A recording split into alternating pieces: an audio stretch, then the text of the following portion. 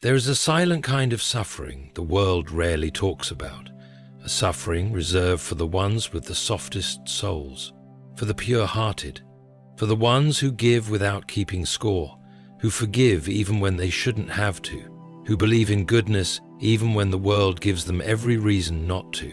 If that's you, then you know what it feels like to be used as a stepping stone, to be loved only when convenient, and to be discarded the moment your light began to reveal their shadows.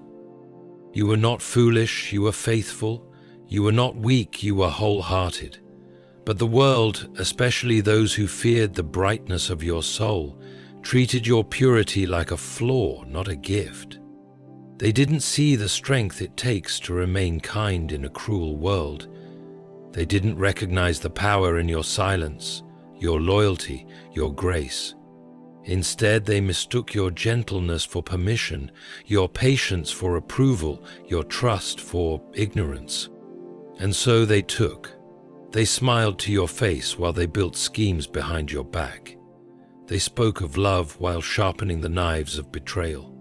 And when they had taken what they wanted, your time, your energy, your faith, your innocence, they left you standing in the wreckage, trying to understand how someone you gave so much to could hurt you so deeply and walk away without shame. But that's not the end of your story. You see, when God chooses someone with a pure heart, He does not promise them an easy path.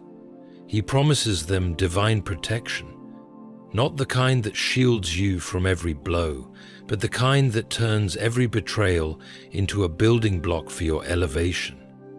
The kind of protection that allows people to show who they are, not to break you, but to free you. The kind that lets them hurt you, only so they can teach themselves a lesson they'll never forget. They thought you were alone. They thought your silence meant defeat. They thought your kindness meant you would never rise. But what they didn't realize is that God was watching. He took note of every whispered lie, every silent tear, every moment you chose grace over retaliation. He watched as they plodded behind closed doors, and He smiled, not because He was blind to your pain, but because He was writing a far greater ending than they could ever imagine. You see, karma isn't some cosmic accident. It's a divine design, a justice so precise that it delivers exactly what was earned, no more, no less. And now, that justice is moving, quietly, intentionally, unstoppably. While they laugh, God prepares. While they forget, God remembers. While they build illusions, God builds truth. So if you're sitting there wondering if anyone saw what they did to you, know this: God did. If you're questioning whether your pain mattered, it did. And if you're worried they got away with it, they didn't. Because no one gets away with harming what God protects. Not forever. This speech is not about revenge. It's about revelation. It's about what happens when God takes a pure soul that's been wounded and raises it in the presence of those who tried to break it. It's about how karma doesn't always shout, but it never forgets. And it's about how truth, no matter how long it's buried, always finds a way to speak, louder than lies, stronger than manipulation, and more permanent than any illusion. Now, let's walk through what happens next. Not through your anger, but through God's justice. Not through your pain, but through your rise. Because the same God who saw your tears is about to let the whole world see your healing. God turns their mockery into their mirror. There's a strange cruelty in how the world treats the pure. When you lead with innocence, the world often sees you as naive. When you give freely without expecting anything in return, some people take it as an invitation to take even more. And when you choose silence instead of vengeance, they think you are weak. That's what happened to you. You didn't come with hidden motives. You didn't try to control, deceive, or demand. You simply loved, trusted, and believed. But they didn't honor that, they mocked it.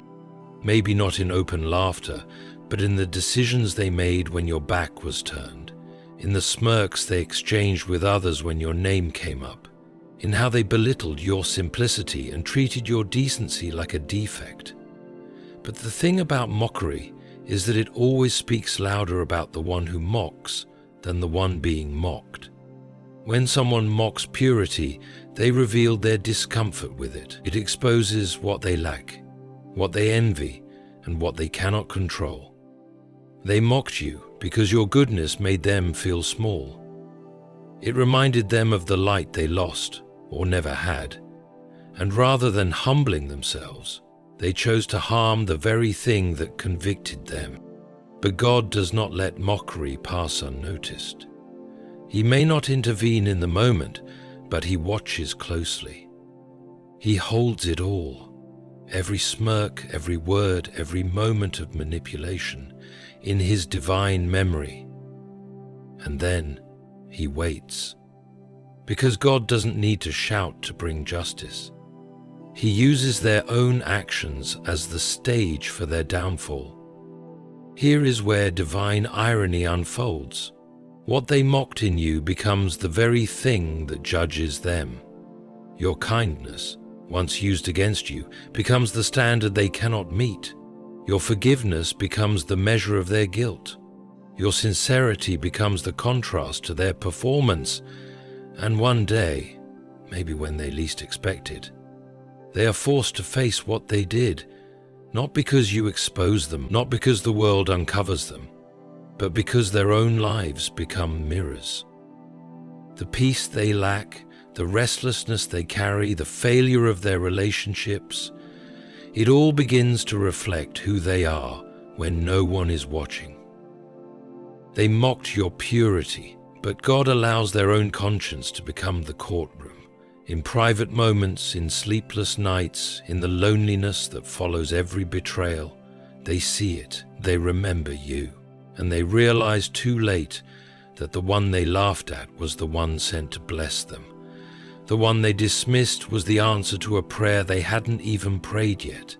And when they finally understand what they lost, it isn't your revenge they fear. It's the silence. It's the absence.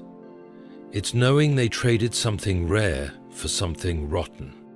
God is not mocked. What a person sows, they will also reap. And when someone mocks the pure, they are not sowing laughter. They are sowing judgment. Their mockery becomes their mirror, and in that reflection, they meet the truth they tried to avoid, that they never broke you. They just revealed who they were. He makes their silence loud with consequence. They hurt you, deeply, and when they did, you waited for something, an apology, an explanation, a moment of truth, but instead they gave you silence, cold, empty silence. Not the kind that brings peace, but the kind that speaks louder than any insult. They walked away, closed their hearts, and left you to wrestle with the wreckage they caused. And still, you didn't raise your voice.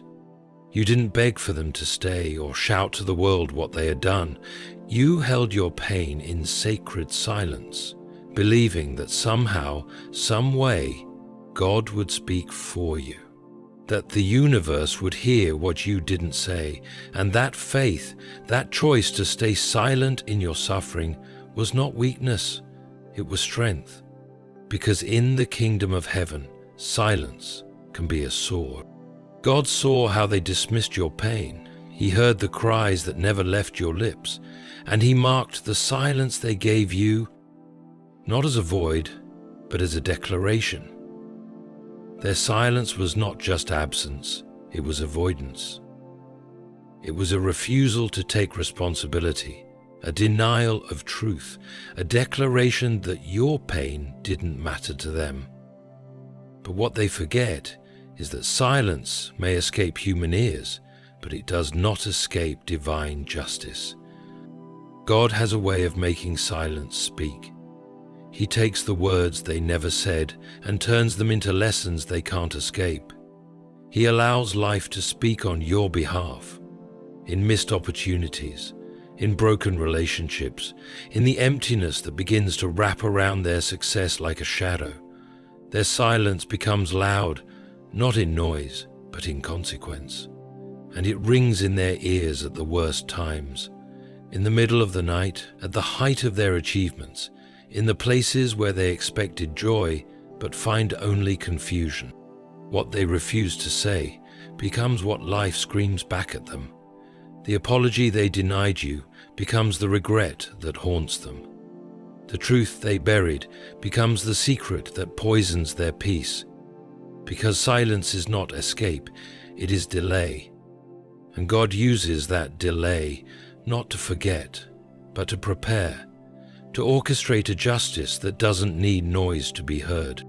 Your silence was sacred. It was your offering. And God does not let sacred things go to waste. He fills the silence with justice. He allows time to do what words could never do. And while they think they've escaped the consequences, life begins to echo. Every door that closes, every friend that walks away, every uneasy moment in their spirit, it's all part of the voice they chose not to hear when you needed them most. And when they finally stop and listen, they won't hear your voice. They'll hear karma. They'll hear the justice of heaven. They'll hear the echo of everything they tried to silence. And in that moment they will know, silence isn't protection. It's judgment in disguise. He strips away their masks publicly. There is a difference between who someone pretends to be and who they truly are when no one is watching. Those who hurt you, those who took your purity and used it against you, often walked through life wearing masks. To the outside world, they appeared kind, charming, generous. They smiled in public, spoke with soft tones, and gave just enough to convince others of their goodness. But behind the scenes, in the shadows where few were allowed to look, they were different. That's where they did the real damage. That's where their manipulation lived. That's where they hurt you. And what made it worse was that no one believed you, because their mask was so polished, so convincing, that you began to doubt your own reality. How could someone so admired be so cruel? How could someone so gentle in public be so brutal in private? It's a special kind of pain, to be wounded in silence while the world praises the one who broke you. It feels like being erased while still alive. But here is the truth. Masks don't last forever. They crack, they slip, and God has a way of pulling them off when the time is right. He doesn't rush it. He waits until their confidence is high, until they think they've gotten away with it. Then, without warning, He removes their disguise, not with drama or spectacle, but with truth. Pure, undeniable truth. Suddenly, the charm that once protected them begins to lose its shine. People around them begin to notice the contradictions. Their stories don't line up. Their energy shifts. Their actions reveal something darker beneath the surface, and what once was hidden becomes impossible to ignore. God allows life to shine a light on them, not because you asked for revenge, but because truth demands justice. You didn't need to expose them. You didn't need to gather evidence or fight back with fire. All you did was remain steady, pure, honest, faithful, and in doing so, you gave God something powerful to work with. He honors those who walk in truth, and He makes sure that the truth will speak even when the world tries to silence it. When the mask finally falls, those who once clapped for them will begin to question everything. Those who once believed them will start to see what you saw, and the very image they built with such care will crumble under the weight of their own deceit. This is not your doing. It's divine intervention. It is God returning balance to what was twisted. And for you, this is the beginning of freedom, because you no longer have to carry the burden of knowing what no one else saw. You no longer have to live under the shadow of their lies. God strips away their masks, not to satisfy your pain, but to release you from it, so you can heal, so you can breathe, so you can walk freely, knowing that truth did not abandon you, it just waited for the right moment to roar. He blesses you in their presence. One of the most profound ways God responds to betrayal is not by destroying your enemies, but by elevating you. Not quietly, not secretly, but in full view. God doesn't just heal the wounds inflicted by others. He transforms them into a stage for your restoration. And He often does it where your betrayers can see it. They thought breaking you would end your story. They assumed your purity made you easy to silence, easy to forget, easy to walk over. But what they didn't understand was that your purity wasn't weakness, it was power. A power not rooted in control or dominance, but in divine alignment. You were never alone in your pain. God was with you, collecting every tear, writing every detail into a greater plan. And now He begins to unfold that plan. Slowly, surely, publicly, not to humiliate those who hurt you, but to exalt the purity they tried to destroy. Your name begins to carry weight. Doors open, peace returns. New people enter your life who honor what others abused, and the light they tried to dim in you begins to shine even brighter. God is a God of justice, but His justice often looks like blessing the one who was wounded, not cursing the one who caused the wound. And the beauty of it all is that your elevation becomes the proof that you were never weak, that your pain wasn't the end, that you didn't need to fight dirty to win.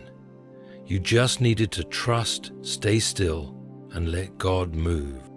They'll watch as your life unfolds in ways they never imagined. They'll see you happy, whole, strong. And that sight will say more than any revenge ever could. It will say, you survived what they tried to destroy. It will say, God saw everything. And now He's showing everyone what happens when He favors the faithful. This isn't about arrogance. This is about divine vindication. When God lifts you, it is not to boast, it is to reveal, to show the world what purity, endurance, and faithfulness truly look like, and to remind those who harm others in secret that nothing is ever truly hidden, not from God. He uses their own plans to undermine their peace. There is a particular kind of justice that doesn't arrive with thunder or lightning, but in the quiet unraveling of the very plans someone used to harm you.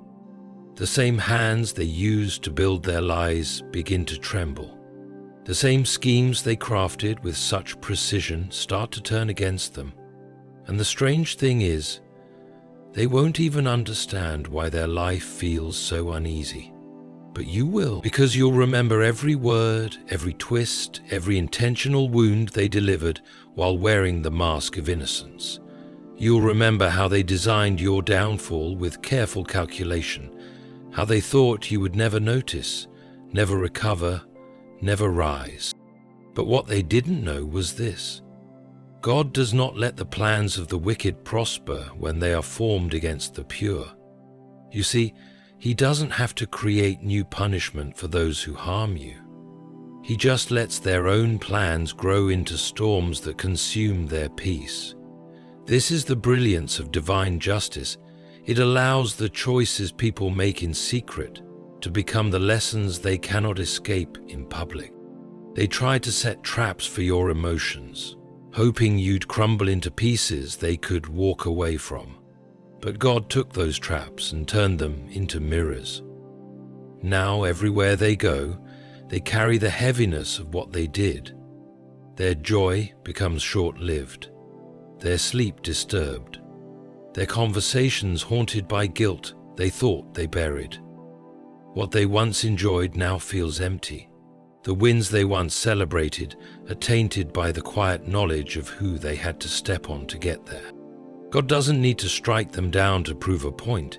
Instead, He lets life teach them with a slow, steady erosion of peace. It's subtle. A relationship begins to fall apart. Trust disappears from their own circle. People begin to withdraw from them, not because of gossip, but because energy always speaks. The very manipulation they used begins to circle back. They start to experience the very things they inflicted on you: betrayal, disappointment, abandonment, not as punishment, but as a revelation, a divine message. You cannot destroy what God protects and expect peace to follow you. And here's the most powerful part. You won't need to say a word. You won't need to explain to others what they did, because God will make sure their own life reflects the truth. The downfall won't be explosive. It will be slow, painful, and personal. The type that makes them question everything they once felt certain about.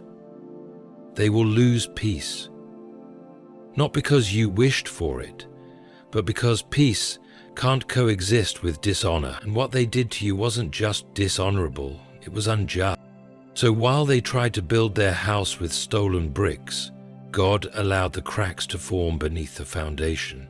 And now the walls begin to shake, not from your revenge, but from the natural consequence of unjust actions. And in that shaking, they will remember you, not the version they convinced others of, but the one who stayed quiet, the one who forgave, the one who loved without games. And that memory will not comfort them, it will convict them. That is how God works, not always through force, but through flawless divine design. He lets their own plans become their prison. He gives you the gift of detachment. Perhaps the most overlooked blessing in all of this is the one you never asked for: detachment. When someone breaks your heart, uses your purity, and leaves you drowning in betrayal, the immediate wound isn't just emotional, it's spiritual. It makes you question your worth. It makes you wonder why you weren't enough, why your goodness was seen as something to exploit. And for a while you carry the weight of their actions like it's your fault. You replay moments. You rewrite memories. You overthink silence and overanalyze kindness. That's what pain does. It keeps you tethered to what broke you. But God, in His mercy, doesn't let you stay there. Slowly, without you even realizing it, He begins to sever the invisible cords that connect you to that pain. He gives you distance, not just physically, but spiritually. You stop reacting, you stop explaining, you stop needing them to see your side, and in that quiet shift, you are gifted something divine: detachment. Detachment doesn't mean you stop caring, it means you stop bleeding. You stop allowing their absence to define your worth. You stop allowing their treatment of you to shape your identity. And you begin to see the situation for what it really was, not a reflection of your weakness, but of your strength. Not a punishment, but a revelation. When God gives you the gift of detachment, it's as if He lifts you above the chaos. You stop wrestling with, why did they do this? And start resting in, what is God teaching me through this? The need to be understood fades. The desire to be vindicated disappears. You no longer want revenge. You just want peace. And that shift is everything. They don't expect you to detach. They expect you to keep holding on, to keep hurting, to keep checking on them from afar. They expect to remain the center of your emotional universe. But detachment is what confuses them most. Because when you stop chasing closure, when you stop giving them space in your heart, they lose their power. You become untouchable, not out of spite, but out of healing. God uses detachment not just to heal you, but to prepare you for what's next. For who's next? For what He had planned before they ever entered your story. He clears out the debris so your soul can breathe again, so your heart can trust again, so you can walk forward without dragging the ghosts of betrayal behind you. This detachment is your freedom. It's not something you create, it's something God grants. A quiet mercy, a whisper to your soul that says, "You've cried long enough. You've tried long enough. Now rest. Now release. Now rise." He reserves the final word for truth.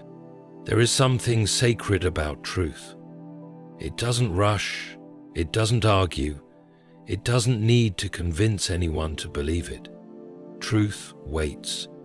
And when it arrives, it does so with a power no lie can stand against. For those who took advantage of your purity and twisted your goodness into something to be mocked, truth was never their concern. They built stories, they curated appearances, they manipulated perceptions. And for a while it worked. They had the attention, they controlled the narrative, and you were left in the shadows, bruised, confused, and unheard. But the truth is never buried forever. God watches over it like a fire that never goes out. It may burn low for a season, but it never dies. And when the time is right, when the lessons have matured and the healing has begun, God allows that truth to rise, not in anger, not in vengeance, but in clarity, in undeniable evidence that silences every accusation and breaks every illusion. This is the justice of heaven, not just that the wrong is seen, but that the truth is felt. Deep in the soul of those who wronged you, deep in the lives of those who believed the lies, and deeper still in the hearts of those who watch silently, never stepping in to protect you. Truth has a way of convicting everyone it passes by, and when God speaks it, no one is left untouched. The final word doesn't always come through your voice. Sometimes it's your peace that speaks.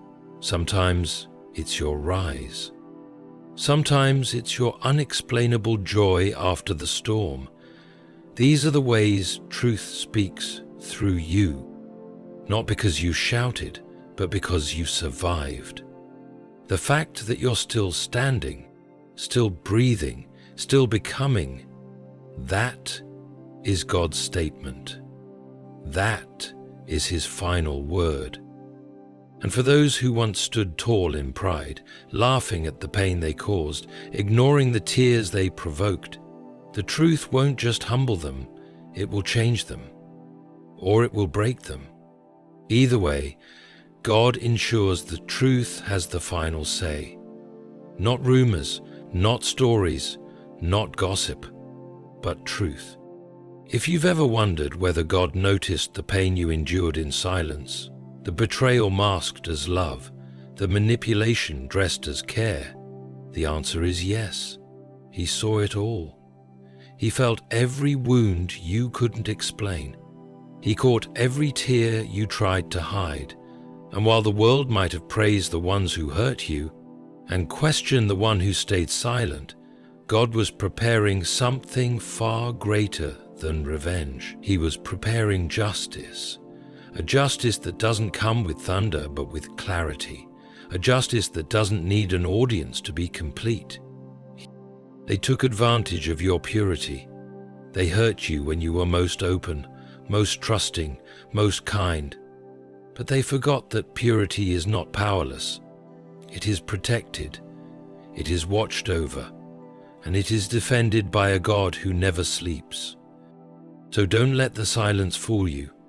Don't let their arrogance shake you, and don't let your past become your prison. Because while they plotted, God was planning. While they lied, God was listening. And while they tried to destroy you, God was preparing to restore you. And to silence them not with cruelty, but with truth. You don't need to force anything. You don't need to explain yourself anymore. Just walk in peace. Let your healing speak. Let your life be the answer. Because the final word doesn't belong to them. It belongs to God. And He speaks through truth, through peace, and through the unstoppable rise of the one they tried to break. You are not forgotten. You are not defeated. You are seen. You are rising.